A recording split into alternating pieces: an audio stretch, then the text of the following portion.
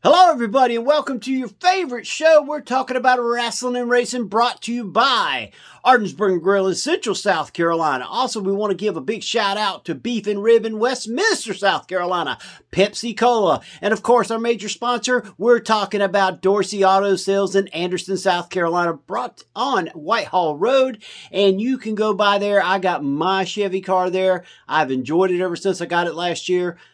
Tell you what. You can't beat Dorsey Auto Sales in Anderson, South Carolina if you need a car. Go by and tell them Rasslin Racing or Greenville Sports Media sent you, and they will give you a great deal. All right, folks, WrestleMania was this past weekend.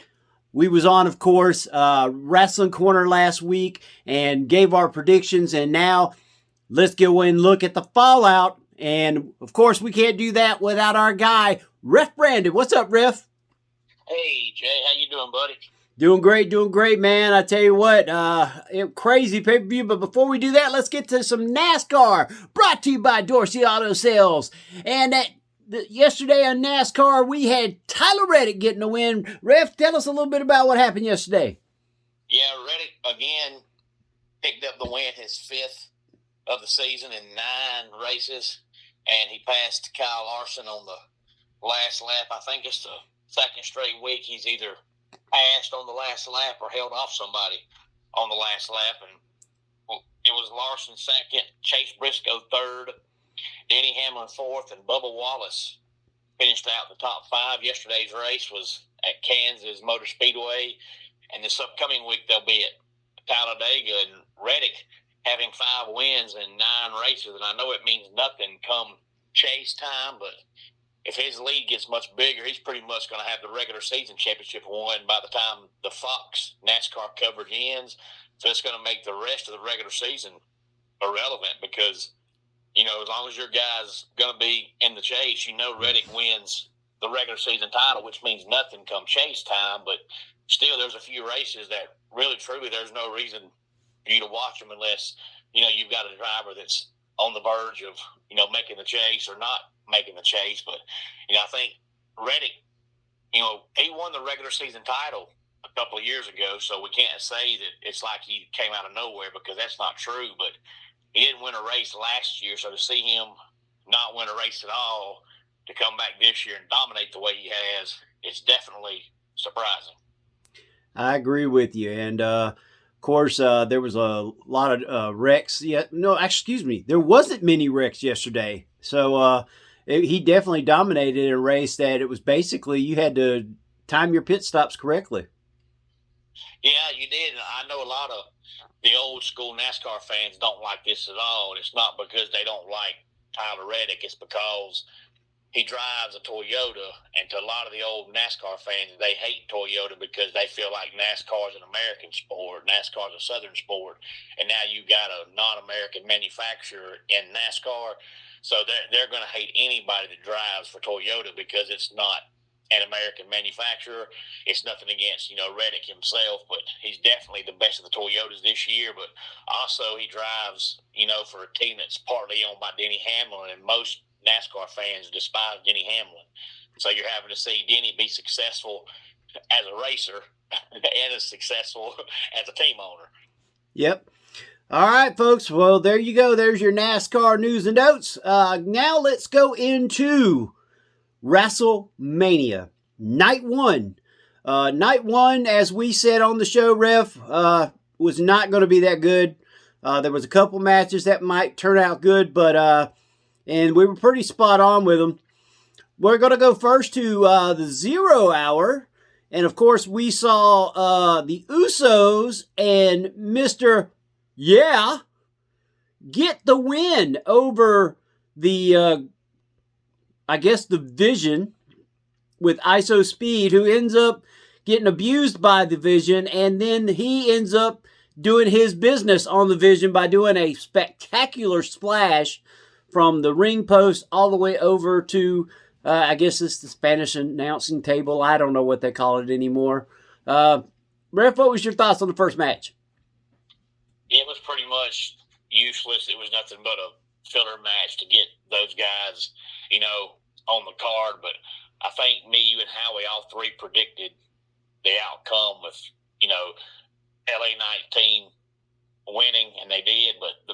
was, it was useless. But, with Bronson being out and Braun being out, those guys being, the leaders of the division, you wanted to do something at WrestleMania with, the other two guys, but they didn't have anything to do, so they just put them in a random match. And I guess the I Show Speed was this year's celebrity match. But, the match was very, very short, so it was too short to really mess up anything. But, it was too short to really give it a good grade. Nothing really happened. Yep. And actually, you got this one wrong. You said LA Knight loses at every WrestleMania. Oh, okay. See, I couldn't even remember. Yeah, that was the only match that I think you missed on this night. Oh, okay. I could be wrong, but I'm going through them here as we talk. Next one we had was, of course, our guy. Oh man, I can't. Jeez, I just went blank on his name. He ended up beating Drew McIntyre. Yeah, Jacob Fatu. Jacob Fatu. I had it on the tip of my tongue, couldn't say it. And Jacob Fatu gets the win. What was your thoughts on this one? I actually gave it a B. I thought it was actually pretty decent for a fall. I wouldn't say falls count anywhere. It was an unsanctioned match. Yeah, I've never liked the wording of unsanctioned because unsanctioned means the match ain't supposed to happen. So if it ain't supposed to happen, why is it happening? But, it went a little different than what you normally see in unsanctioned matches. But I thought Fatu would win. It wasn't quite as brutal as I thought it would be, but Fatu winning didn't surprise me. All right, then we go to our surprise of the night. And, of course, Ref, now, me and you both predicted it'd be Charlotte Flair and Alexa Bliss, but also I said it depended on who the special person would be taken over. Of course, Nikki Bella, who was not going to be able to fight. Now, I did get it wrong, folks, so I'm not going to sit here and say, but I did say it depended on who was going to be Bree's partner, and of course, it became Paige. And Ref, you know me and Paige, Soraya, however you want to say her name. She's my girl. Glad to see her back in wrestling. But with Brie Bella, I think this will be a short-lived tag team. Somehow, this titles will not stay on them. Yeah, it was kind of hard to predict that match because you thought if Nikki's not cleared, are they just going to find Brie, a partner, or they're going to replace, Brie as well and just make it a random put together tag team? So it was kind of hard because you didn't know. But I'm glad Paige is back. She actually can wrestle, but I just hope they don't have them keep the tag team belts and then Nikki get cleared to return. And then Nikki comes back and she's mad at Paige because Paige has got her belt and they feud Paige and Nikki Bella because Paige is too good to be in the ring with Nikki Bella. Actually, I would like to see Paige break off of this and let the Bellas have the belts because I think Paige would be a great Intercontinental Champion to beat up on our girl in the next match that we're going to talk about. Yeah, anybody better than Becky Lynch. There we go, folks. We're going straight to the next match. Becky Lynch versus AJ Menendez. Now, we all kind of heard through the week that CM Punk and his wife were going to take some time away. And, of course, the only way to take time away is to take the belts off of them. So, what do? Becky Lynch is your new champion. The match, of course, had a bump with the referee. We all knew the referee who was going to be in this match, so there was going to be something to do with that. And, of course, Becky Lynch wins the title and is now your 3-time Intercontinental Champion. So, folks, that's why I want Paige off of the tag titles and after the Intercontinental title, which would make more sense for her and to get her out of that diva. And that's what it is, Ref. Wouldn't you agree? The diva tag team? Well, that's pretty much what it is. But I guess it all depends on how long Nikki's going to be out. I don't know if she's going to be out for a month or 6 months. I hadn't heard, so I guess it depends on how long she's going to be out. I've heard 3 months and that the actual injury is not as bad as it is being said. But we'll see. All right, Ref, let's go to the next match. Liv Morgan. Mia. Oh, she is so beautiful, and she whooped Stephanie Booker. What was your thoughts on this one, Rev? I think we both got it right on this. Yeah, I think that match was kind of obvious. They've been pushing Liv forever, and they pushed Stephanie real good. And it seemed like once she won the belt, it just kind of fizzled out. So to me, it was kind of obvious that Liv was going to win that match. I don't think they needed all the interference. I think they could just let Liv just go out there and win the match, but it was a good match. All right, next matchup, I had wrong. Gunther versus Seth Rollins. Gunther started this match. I mean, he just went off on Seth Rollins. Rollins had his moments, but he really was dominated in this match. Gunther gets the win. Your thoughts? Yeah, I don't recall if it was with just me and you talking about the matches or me, you and Howie last week, but on one of those two podcasts we did, I even said that we might see, Braun return, but I didn't know if Braun would return, during the match or after the match, but I kind of had a feeling we'd see Braun return.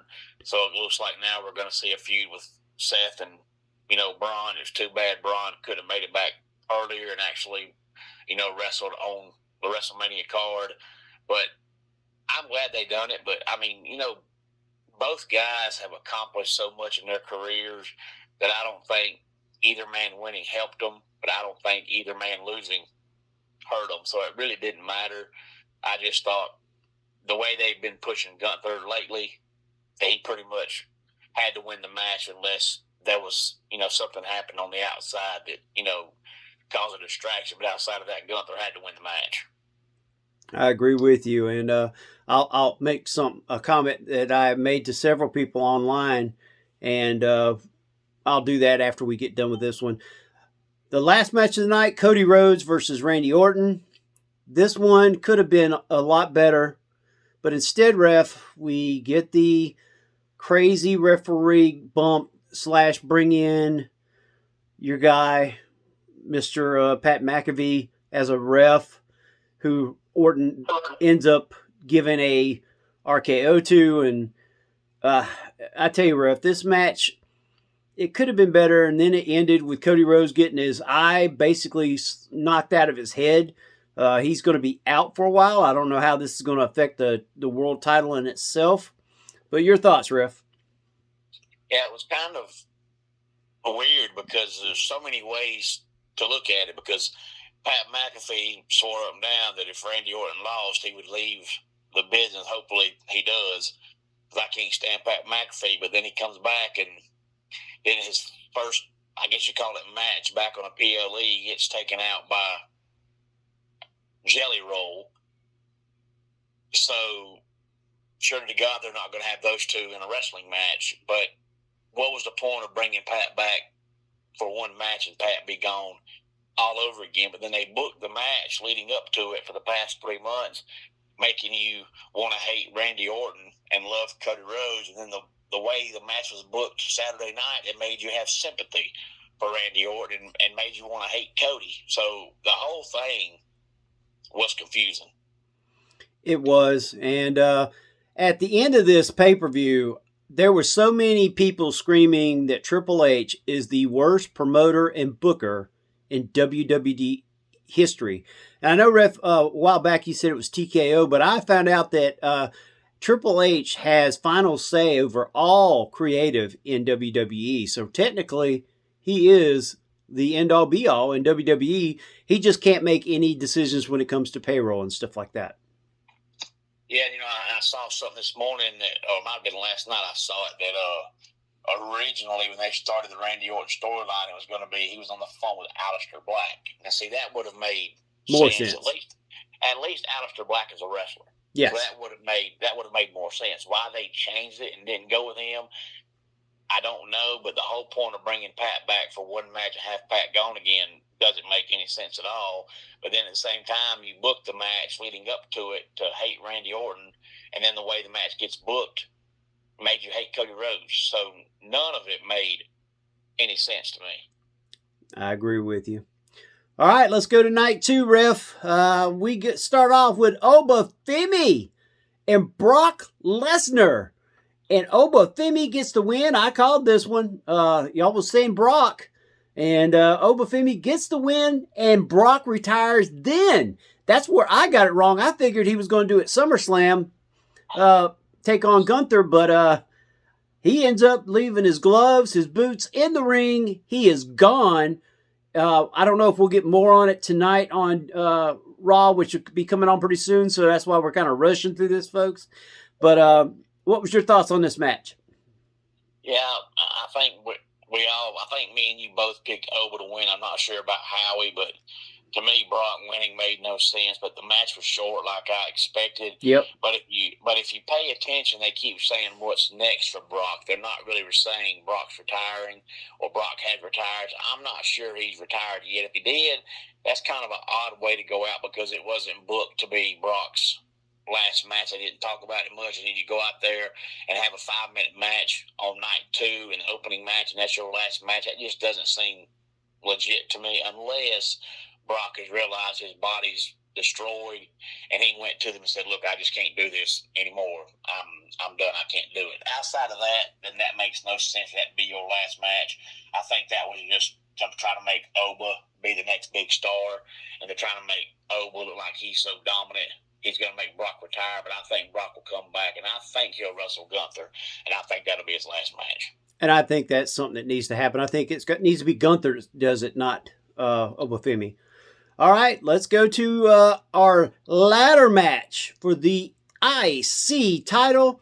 A lot of people are screaming and just completely getting pissed off about this match for the simple fact there was commercials being blasted through the arena, and half of the guys that are in the match did not even get their intros, which, what I understand, they were some good ones, but they wasn't shown. And, of course, like you said, Rev, ESPN's in charge of this, so therefore they're going to do that. But usually the arena has been always left clear of having to watch all these commercials, but instead they ended up having to. So, of course, IC champion, he retains his title, but this match had some great, unbelievable just hits in it. And this was, honestly, out of all of them, I think this one stole the show. Yeah, it was a great match, and I think everybody knew the match was going to be good. It was just, to me, the outcome was too obvious. You know, Ray just come back injury, so you know he's not winning. Javon Evans is too young, so you know he's not winning. There's no way Rusev's climbing a ladder and he's going to win. So to me, it was obvious that Penta was going to win the match. But that doesn't take away that the match was, you know, phenomenal. You just knew what the outcome was going to be. But I think it was match of the night. Might have been match of the weekend. I agree with you there. I think it was very close to being match of the weekend. All right, let's go to a match that we all knew, we all got right. This match shouldn't even been on the pay-per-view. It was thrown in at the last minute. Sami Zayn versus Whoop That Trick. And, of course, Trick Williams gets the win. Your thoughts, Ref? It went about how I thought it should go and how I thought it would go. They've done about all they can do with Sammy as the mid-card guy. They're going to have to either put him in a tag team or make him be the world champion or get rid of the guy because he's done all he can do at the mid-card level. He can't do anything else. And I think my idea still would work. Have him lose to more wrestlers on SmackDown and then send him to NXT and let him restart his whole career again, if that's what they can get him to do. I mean, of course, that's going to be his decision if he wants to do that. But I think having him go down there and then win the NXT championship would probably be a saving grace right now. All right, let's go to another match that I think stole the show. Finn Balor versus Dominic Mysterio. Finn Balor, of course, was the demon in this match, and he had a great intro, but we're not worried about the intro. What we was worried about was the match. Great match. What was your thoughts, Ref? Yeah, I'm with you. I thought it was a fantastic match. There you go, folks. Short and simple. It was a fantastic match. I gave it an A. I don't know about you, Ref, but I gave it an A. Not an A+, but an A. Yeah, I say A. All right, Ref. We go to a match that you called again. We're talking about the Women's World Championship. Rhea Ripley wins, and she pretty much dominates Jade Cargill from start to finish, even with interference. And Io Sky came down to help Rhea get some of the interference out of it. She actually missed a couple of her saving things, but they tried to make it look good. That really didn't help. But this match, I gave it a C+, B-. It had some good moments, but it was like Ripley was trying to carry Jade Cargill. Yeah, and you hate it, but as many matches as Rhea has that are great, if the match isn't great, it's not Rhea's fault. But I wish they would repackage or do something with Jade, but the way she's built, there really ain't much different you can do with her. You put a mask on, people know who she is. You make her a bodyguard, it's going to look like she's been demoted from being a wrestler to being a bodyguard. So there really ain't much you can do with her. But I think she just botches too much to wrestle on a regular basis, and to be out there and wrestle on occasion as a female, especially, just it ain't needed. Yep. All right, now we're at the last match of the night. We're talking about CM Punk versus Roman Reigns for the World Heavyweight title. This match was actually pretty decent. It was better than what I thought it would be, but I wasn't very happy with it regardless. I told you Reigns was going to win. I think Howie thought CM Punk was going to win. I can't remember what you had on this one. I think you had Reigns too. The match itself, I gave it a B. I didn't give it a B+. I didn't give it an A. I just gave it a straight up B. It could have been a little bit better, but I think all things considering, it was what it was. Yeah, I'm glad it wasn't longer than what it was. I think going longer would have ended up causing too many mistakes, especially at CM Punk's age, way slowed down. But it was a surprise to see Roman go out there and not have an hour and a half match. But I wasn't surprised to see Roman, win the match. I just hope he, if not becomes full-time, at least is on TV more than once every, 2 months. Well, he did say after on the after show that he was going to be there all summer. So he said, everybody keeps wanting to throw that full-time, part-time thing in. He said, I can promise you I'll be here all the way through SummerSlam. So at least we got him for 4 months. We'll see. All right. Well, Ref, I tell you what was your overall grade for night 1? Oh, God, for night 1, the fact that it was on for 3 hours and 55 minutes, but only had an hour and 38 minutes of wrestling, and you factor in 7 wrestling matches, that's an average of 14 minutes a match. And usually WrestleMania is known for having the long matches. So that tells you how much shenanigans and advertising and things like that there was. So since there was more non-wrestling than wrestling, and you're paying to watch wrestling, even if the matches are great, it's hard to give it a good grade because there's too much nonsense that's not wrestling. I say, I don't know, B-, C+. That's about as best I can do. I gave it a C. I was very disappointed with it. Of course, I already knew it was going to be disappointing. A lot of people were saying, well, you was already disappointed before it happened. I was like, because we already knew what was going to go. Other than just a couple small changes, it basically went the way we thought it was going to go. Night 2, what was your thoughts? Night 2 was definitely the better of the 2 nights, and the matches were way longer outside of Oba and Brock, and all the matches were good except for, the Jade and Rhea match wasn't bad. It was just pretty much just Rhea trying to carry Jade, so you can't give it a good grade. So I'd say B-. I agree with you. I gave it a B, B-, somewhere in that range. All right, Ref, and this is something that someone posed a question. Well, if I was the head of WWE Creative, what would I do? And I want to get your thoughts real quick before we get off. I said the first thing I would do is, because Obafemi took out Brock and Brock's pretty much gone, I would definitely create next year's WrestleMania around Gunther and Obafemi.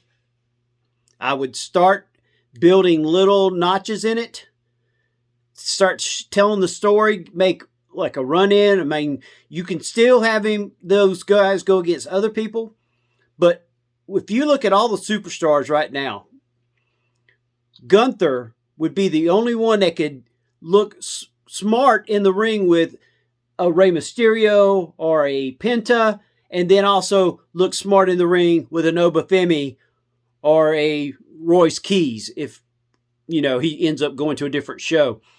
I just really think that it should be that type of thing, or put Ovafemi going towards Royce Keys. Have the two big guys go against each other next year's WrestleMania.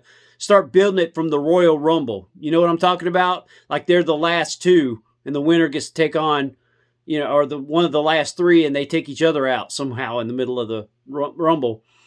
I just think that Gunther makes sense. As much as I love, as much as I like the Rollins and Reigns and all of them, I think there are times it's time to put Gunther on top. What's your thoughts? Yeah, I would build the main event around Oba and Gunther, and then I would build my mid-card around Trick Williams. I don't think Trick is quite ready for the main event status yet, but he's definitely your best mid-card guy. And I would build the mid-card division, whether it's IC title or U.S. title, around Trick, and it would be somebody besides Sami Zayn. I don't care if you bring The Miz. I don't care if you bring Royce Keys. I don't care if you bring up Ethan Page. It needs to be somebody with Trick besides Sami Zayn. I think someone would be good with Trick would be Finn Balor. I think they would make great sense. Or even Carmelo Hayes.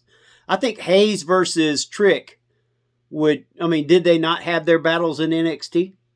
Well, a small one, but originally Trick was supposed to be Carmelo's, bodyguard. Yeah. And then about the time they turn on each other, Carmelo goes to the main roster. But see, right now they're both heels, so one of them's got to turn face for that to happen. And I'd be okay with it. Yeah, I think those two would complement each other. I think Finn Balor should be the other champion over the IC. I think, or Finn Balor versus Penta, or if they take the belt off Penta, put it on someone else. I just think when you got certain guys, I think you roll with it. I think Rollins and I think the Vision versus Rollins and get Rollins to bring Roman in with him. And do the Shield maybe someone other than Dean Ambrose. You have a person that they declare a Shield member that would work well with them. Maybe that would be the Sami Zayn. I'm just throwing something out there. I'm not saying that's who I'd pick, but maybe that would be where you could put Sami Zayn as part of the Shield. That way he's in a threesome and not, you know what I'm talking about? Yeah, I would be okay with that, and then I would get the women's IC title off of Becky Lynch and give it to an up-and-comer or somebody new. I don't think somebody as established as Becky Lynch, that's been around forever, that's done everything you can do as a woman in the company, I just don't think she's building that belt and helping that belt, because you're not surprised to see her win it because she wins everything. Give it to somebody new or somebody young or somebody never won it, something like that. Just take Becky Lynch away from that title, and then I would build the women's division around Liv Morgan, and I was going to say Bianca, but now that we know she's pregnant, she's going to be out for a while. But I'm just tired of seeing Rhea be I know she's a phenomenal wrestler, but she's pretty much become the modern-day Roman Reigns. Every PLE, it's Rhea Ripley. They just got so many females like Bayley that are underutilized. Well, you know what? I think if you're going to keep the belt on Rhea, put Lash Legend. Get her off of that tag team. Put Lash Legend versus Rhea Ripley.